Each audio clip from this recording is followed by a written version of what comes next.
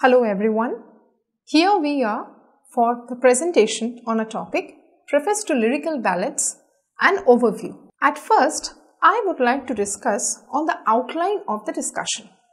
First, focus is on introduction to Preface to Lyrical Ballads, aim of William Wordsworth in Preface to Lyrical Ballads, the dominant theme, poetic diction, function of poetry, poet's characteristics, the process of poetic creation, demerits of preface, values and significance of preface, and finally we come to the conclusion. The first is the introduction. Now you see that the Preface to Lyrical Ballads was a volume of poems which was first issued anonymously by Wordsworth and Coleridge in 1798. Now both the poets believed that verse stripped of high literary contrivance and written in the language of the lower and middle classes could express the fundamental of human nature. For some critics, Wordsworth's preface has gained the status of a manifesto for British Romanticism, laying out the core principles of that literary movement. And the first volume was published in 1798, where Wordsworth briefly stated the main points of his argument.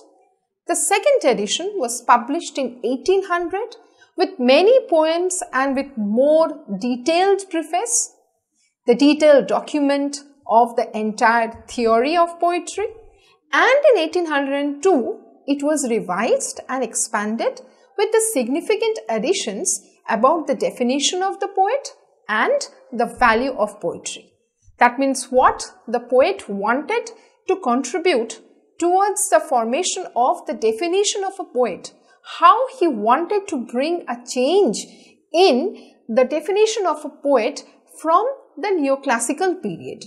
Like he wanted to bring a difference here from the neoclassical period. The next slide, we have the aim of William Wordsworth. Now, why Wordsworth wrote Preface to Lyrical Ballads? Now, the preface is an ex-revolutionary critical document from a poet deeply imbued with a sense of mission to free poetry from the hackneyed and the critical style or the artificial style of writing. It is rather designed to make an authentic expression of sincere feeling, mode of experience. In Preface to Lyrical Ballads, Wordsworth is inaugurating a new era of poetry. It is rather a preamble to the Romantic movement in English literature. Now, it was a revolt against what? The artificial poetic diction popular in the age. Now, why this artificial poetic diction? We have to look back to the neoclassical period. After the Puritan period, Dryden emerges in the literary field when Charles II was ascended to the throne in 1660. With that, Dryden appears in English literature. After Dryden comes Alexander Pope. Now, what we find in the neoclassical period, in the age of Dryden, we find satirical elements in the poem. And it was heroic couplet, the mock epic style that was popular in that period. And what we find in that period is more emphasis given to prose, reason and the rational element. Fancy, imagination, nature was not so much popular in the themes of poetry.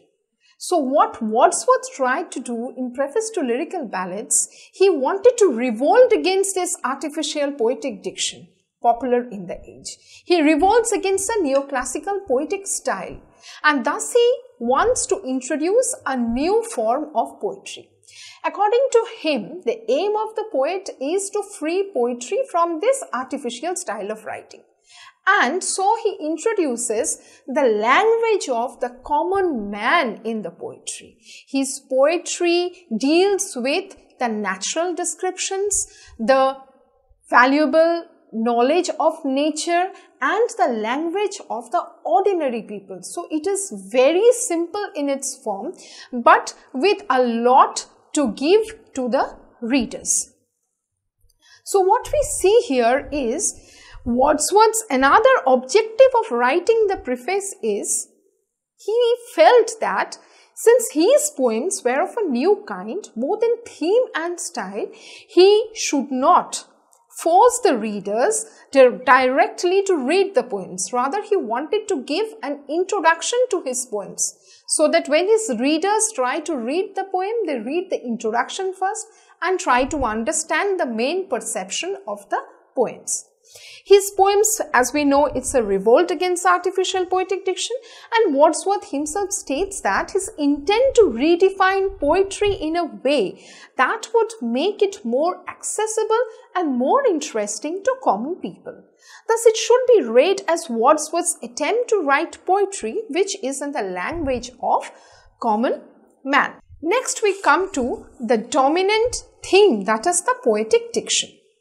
Now, the very first point, you see that Wordsworth attacked the gaudiness and the inane phraseology of the contemporary poets. Now, what he says in his argument is that the question of diction is considered as primarily because of the feelings of the poet, and he feels that it must be easily conceived by the readers. He wants to say that his readers should easily conceive the feelings of the poet. He attacked the neoclassical poetic diction. And why did he attack the neoclassical poetic diction? Because it was mainly based on the classical poets such as Virgil, Spenser and Milton. Now, these poets used to write poetry using embellished language and particular decorum. He wanted to denounce such superficial and over-embellished language. He never wanted to separate poetry from ordinary speech, as he felt that it is separating poetry from human life. He wanted to write in a particularly about low and rustic life. I quote, low and rustic life. He wanted to write about these rustic people because he believed that the passion of such life is better expressed using the common language. See, he wanted to go back to nature, away from the artificial diction, and he wanted to express the language of the common people through his poems. He said that the great value of poetry is that it permits a sharing of experience. So, what is the poem trying to do, or what is the function of a poetry? The poetry is communicating truth. It cannot be detached from human values and perceptions. He wants to say that he has taken the help of lyric to discern in simple things the primary laws of our nature.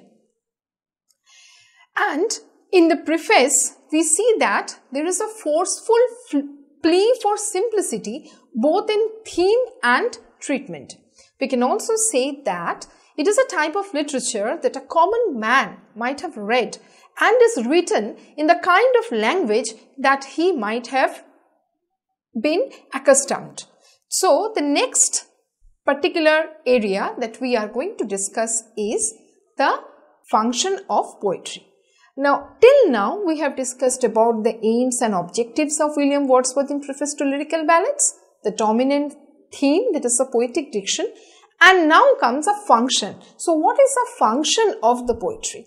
In the earlier period, we have seen that it was mainly the satirical element that was popular. Mainly, the poets wanted to satirize the Puritan period because they were under the subjugation of the Puritan Revolution. England was under the subjugation of the Puritans for a long time. So, it was the revolution, the revolutionary spirit of the people could be perceived in the poems of the neoclassical period. Now, when we go to the function of poetry, we will see that the basic function of poetry is to give pleasure.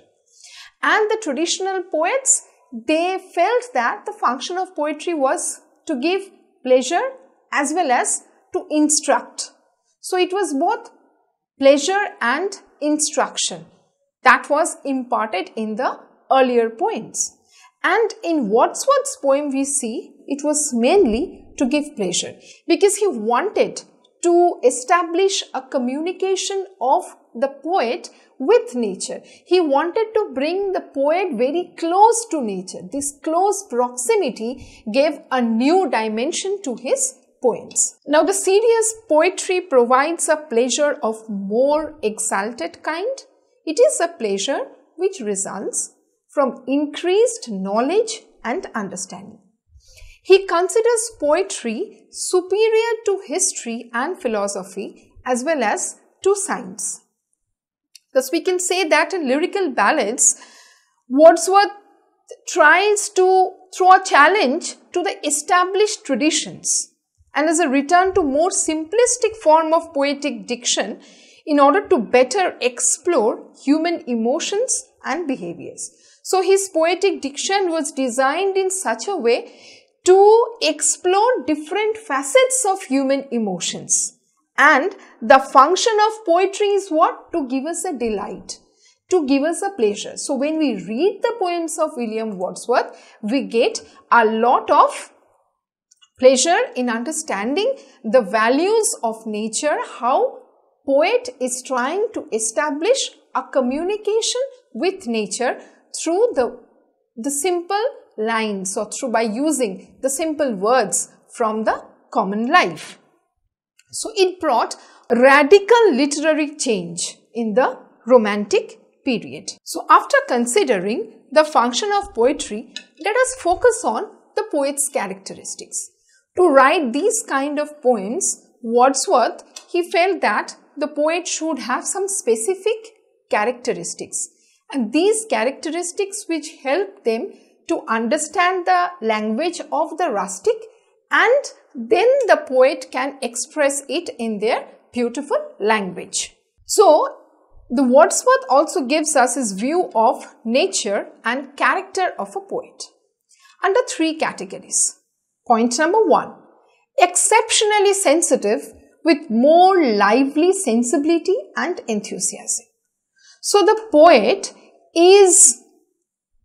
perceives everything, every single emotion he perceives with a lot of sensibility, and he reacts more strongly to external impressions, and so his emotions and passions are more powerful.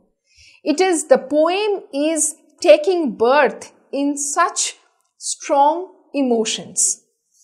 Now, he means to say that he wanted to explore how one could attain profound truth and sublime emotional experiences via the imagination. So, it is only through imagination one can reach a sublime stage. One can understand the truth that is there in nature, that is there in human perceptions. In other words, this process is about understanding the extraordinary while experiencing the ordinary. So, you are trying to, according to Wordsworth, what he wants his readers to do is to read the poem and understand the ordinary, the extraordinary things through the ordinary lines or through the ordinary poetic lines. So, what is the function of the poet? Now, see here, the poet has to write in such a language where he can bring out the extraordinary things just by experiencing the ordinary. So, ordinary means the common people, the rustic people, the low and the rustic people, which he stated in the preface to Lyrical Ballads. And by understanding this low and rustic people, the poet can write something extraordinary. And this is the knowledge that we get from nature. According to Wordsworth, the poet is a man speaking to men. Now, this I have kept in quotation because it is taken from Preface to Lyrical Ballads, where Wordsworth says that his poet should be, within quotation, a man speaking to men. That is to say that poetry is not mere self-indulgence, and that the poet is a social being with some responsibility. So a great poet ought to rectify men's feelings, to give them new composition of feeling, to render their feelings more sane, pure and permanent. This he later developed in a doctrine. So this particular precept, which I'll say Wordsworth has stated in Preface to Lyrical Ballads, I will say this as a specific statement of William Wordsworth, that he wants to develop it as a doctrine. He states that, I quote, "Every great poet is a teacher. I wish to be considered a teacher or as nothing." So Wordsworth states in Preface to Lyrical Ballads that he wants himself to be considered as a teacher or as nothing. He wants to impart knowledge to the readers through his poems. What kind of knowledge? The knowledge of the common people, the knowledge of nature, how one unites with nature, and what kind of solace one can get when one communicates with nature. This is what Wordsworth tries to portray through his poems. And thirdly, according to Wordsworth, the poet is endowed with an extraordinary strong imagination, so that he is affected by absent things as if they were present. So his imagination is so powerful that even if something is absent, is not present in front of him, he can visualize that and he can represent it in his poems. So his imagination level is to such an extent that he can go deep to nature and find out the essential truth of life. How life is with nature, the communication of life with nature. The poet with all these characteristics creates the poem. And here we focus on the poetic creation, how poems were developed by Wordsworth in the Romantic period. Now we all are aware with the specific term that Wordsworth stated in Preface to Lyrical Ballads, that poetry is a spontaneous overflow of powerful feelings recollected in tranquility. So all good poetry is a spontaneous overflow of these powerful feelings. So poetry X is equated with the rapid flow of emotion, and this involves intense mental as well as emotional activity. For Wordsworth, the process begins in a state of calm with the remembering of some past emotional experience. So it is consciously contemplated and then calmly recollected. So Wordsworth consciously contemplates these emotions, the experiences that he has gathered, and then he says that in his poetic creation, this has been recollected in a state of mental poise, mental calmness, before being written into verse. So the poet has an experience and reflecting on it later. So at first the poet gets an experience and then the poet reflects it later. And in this way the poet can arrive at a deeper understanding about that experience and about the act of reflection. So about the experience that he has gathered and how he reflected on the experience and how he portrayed it in his poems. So this is all about the poetic creation. This is not just a method of poetic creation according to William Wordsworth. It is also Wordsworth's recommended method for experience in general. So this is a general experience according to Wordsworth. This is how we need to perceive emotions in our life. And in this process of poetic creation, Wordsworth states that thought and emotion, conscious and the unconscious elements continue their intimate interaction till the beginning of the spontaneous overflow.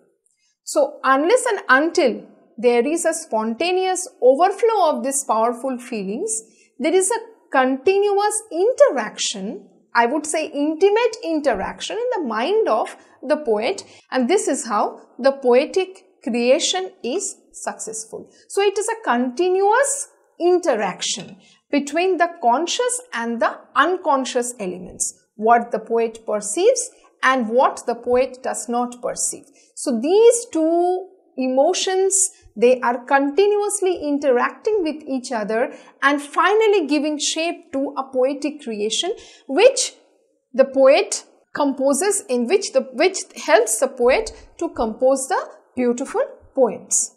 So we see till now we have discussed about the objectives of Preface to Lyrical Ballads, the dominant theme of Preface to Lyrical Ballads, the function of poetry, what are the essential characteristics of the poet while writing such poems, and now we come to, and after that we also discussed about the poetic creation, how poetry is formed in the Romantic period, why this particular Preface to Lyrical Ballads is considered to be a preamble to the Romantic movement. What were the essential qualities of this Romantic movement we have studied till now? Now, we know that each and every literary document has got some kind of demerits in it, because there will be some kind of criticism of this preface, and that in the demerits you see that Coleridge criticized it for certain obscurities, certain elaboration, and for the constrained diction. Notable critic Derek Roper points out that the preface is not a tactful piece of writing. H. W. Garrott states that the preface suffers from the sin of exaggeration. Now, critic Berman suggests that the preface is open-ended, and so it is not surprising that it has given rise to numerous conflicting interpretations. So this is according to the critic Berman. But the interesting fact is, Wordsworth states that himself ends the preface by stating that it is the reader who will determine his success, and more importantly, whether success be worth attaining. So Wordsworth leaves it to the readers to understand the theory of Preface to Lyrical Ballads, because he never wanted his readers to go through the theory of poetry. He wanted to make a defense of what he stated in the Preface to Lyrical Ballads. He never wanted his readers to just go through the theory, but to understand the main concept that he lays down and how he revolts against the conventional process of writing poems. Next, we go to the values and significance of preface. So, after dealing with the demerits of preface, which we know that in the later, in due course, when I will be delivering the other lectures on Preface to Lyrical Ballads, I would be focusing in details on the function of poetry, on the poetic diction, and also on the other aspects of it. And while discussing those, I will be discussing the demerits of the preface in details. Next, we go to the values and significance of preface. Now, since this critical document is there in the Romantic period, so there should be some significance or values attached with it. So, this is considered to be the most important single document in the history of literary criticism. Why it is considered to be? Because it's a vast document. It was published in 3 editions with several changes. There were a lot of criticisms, and it brought out the essence of poetry. And we know that in the Romantic period we get the beautiful poems, and it is a kind of period where we get to understand beauty. We get to understand nature. We get to understand that how there is a relation between nature and human beings. The essential relation between nature and human beings is what we try to understand in the Romantic period. And Wordsworth was successful to bring about the reforms he wanted. We see that in the Preface to Lyrical Ballads, Wordsworth is revolting against the neoclassical period. He is revolting against the conventional, traditional poems, against the conventions of the poetry. So, he was quite successful to bring about the reforms that he wanted to bring in this particular literary genre. And it gave valuable insights to the nature, scope and function of poetry. First, it is the first comprehensive attempt to build up a theory of poetry. After considering all these aspects of poetry, let us come to the conclusion now. Because this is an overview where we have discussed about the different areas of Preface to Lyrical Ballads, and now we are trying to sum up the entire discussion. In the first point, I would say that it emphasizes spontaneity and the expression of poet's personality. Because spontaneity, poetry is the spontaneous overflow of powerful feelings recollected in tranquility. This is the definition of poetry given by William Wordsworth. This is what he states about poetry. So that means it is emphasizing on the spontaneity and the expression of the poet's personality. Here, a poet is a man speaking to men. So why is a man speaking to men? Because he is talking about the language of the common people. He is trying to establish a relation with the low and the rustic people of the society, the low and the rustic people of the country. So the poet is trying to bring out the language of such poor people, such ordinary people who were not given a privilege in the earlier periods, whose voice was not there in the earlier period. And in the traditional poems, we did not find earlier that such rustic people could get a popular stage. So here we see that such rustic people could get a voice in the language of the poem. And the language of the poem should have a proximity with the language of the common men. The language of the poem here should have the language of the common people. So common people means the ordinary people of the country. So at the end, I would say it is an unofficial manifesto of the English Romantic movement. So thank you very much, and in due course you will be getting the lectures detailing about the other aspects of Preface to Lyrical Ballads.